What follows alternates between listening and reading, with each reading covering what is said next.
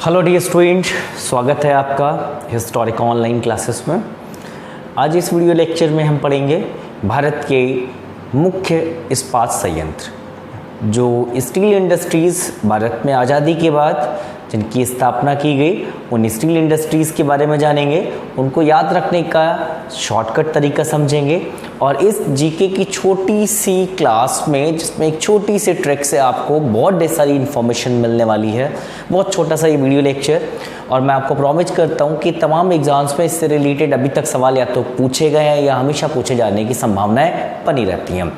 तो हम लोग बात कर रहे हैं स्टील इंडस्ट्रीज़ की। जब हम 1947 में इंडिपेंडेंट हुए तो बेसिकली डेवलपमेंट को प्रोसेस करने के लिए फर्स्ट 5 ईयर प्लान आया भारत में विकास को बढ़ावा देने के लिए। पहला पंचवर्षीय योजना आया 1951 से और जो कि चला 1956 तक। चूँकि पहला पंचवर्षीय योजना था, इस वजह से सबसे इम्पॉर्टेंट था कौन से सेक्टर को प्रमोट किया जाए, तो उसमें डिसाइड किया गया कि हम एग्रीकल्चर सेक्टर को ही प्रमोट करेंगे। लेकिन जब दूसरा पंचवर्षीय योजना शुरू किया गया 1956 में, जो कि चला 61 तक, तो उस पंचवर्षीय योजना में डिसाइड किया गया कि इस पर्टिकुलर पंचवर्षीय योजना में भारत में उद्योग धंधों की स्थापना की जाए, बड़े बड़े इंडस्ट्रीज की स्थापना की जाए। और हमारे प्रथम प्रधानमंत्री जवाहरलाल नेहरू ने इन पंचवर्षीय योजनाओं को जो कि शुरू की गई और इनके माध्यम से बड़े बड़े जो उद्योग धंधे लगाए गए, बड़ी बड़ी इंडस्ट्रीज लगाई गई, उनको आधुनिक भारत का मंदिर कहा। तो एक सवाल आपका बनता, आधुनिक भारत का मंदिर बड़े बड़े उद्योग धंधों को किसने कहा? तो वो आपका थे जवाहरलाल नेहरू।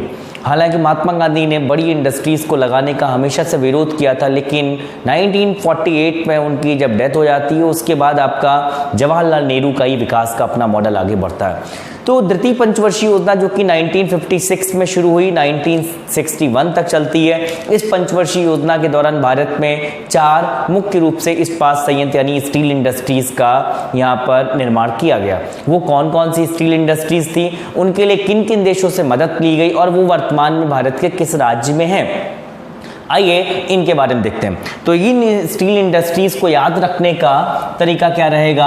हम लोग बात कर रहे हैं आपका किस चीज़ की? मेनली बात कर रहे हैं स्टील इंडस्ट्रीज़।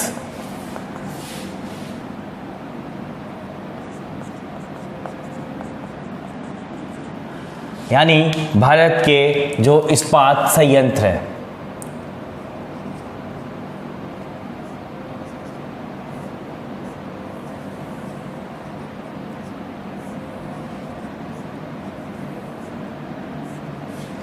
तो कैसे याद रखा जाए कौन से स्टील इंडस्ट्रीज़ भारत में इस्टेब्लिश की गई? इनको याद रखने का तरीका आपका मैं आपको बता रहा हूँ। इसको आप याद रख सकते हो इस तरीके से। एक आपको बस स्टेटमेंट याद रखना है, वो भीरू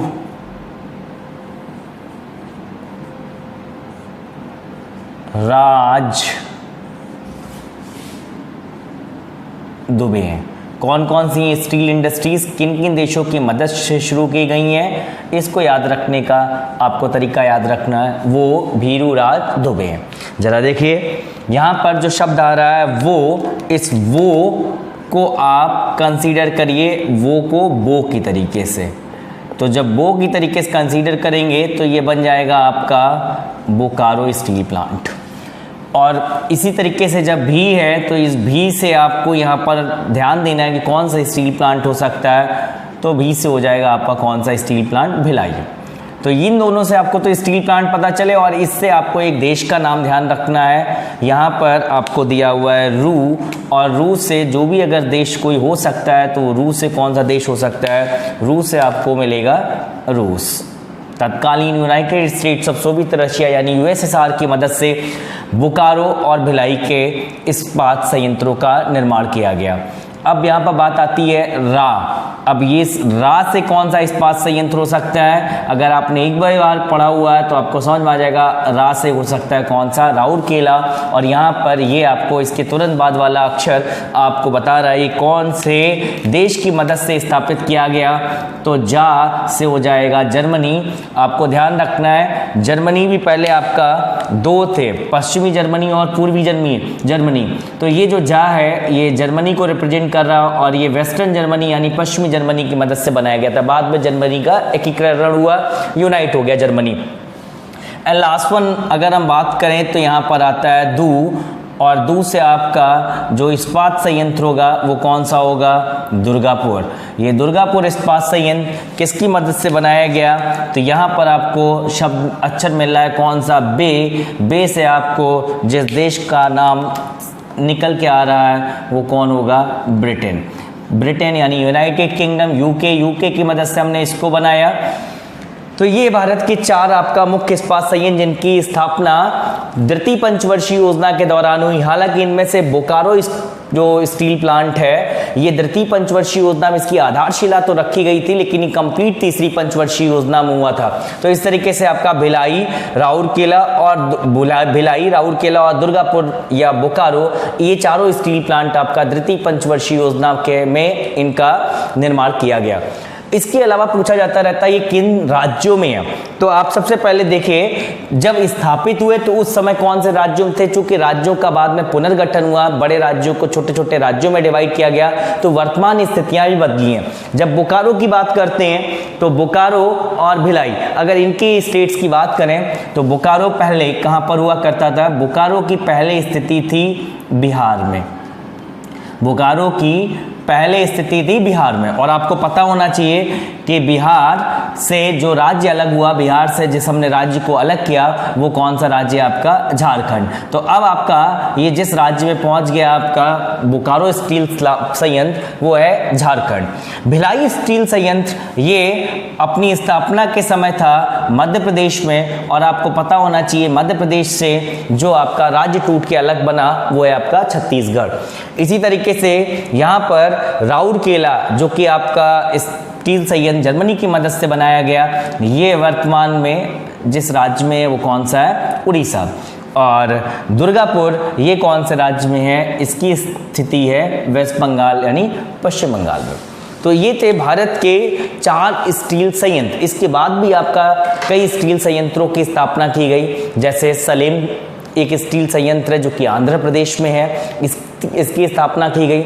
और ये सभी कारखाने जितने भी भारत के स्टील संयंत्र हैं बाद में इनको एकीकृत तरीके से जो इनका मैनेजमेंट का काम है, इनको संभालने का काम है, वो भारत की एक नवरत्न कंपनी करती है। और ये भारत की नवरत्न कंपनी कौन सी है, सेल यानी steel authority of India limited. ये कंपनी भारत में इन सभी स्टील कारखानों के रख रखाव का कार्य करती है।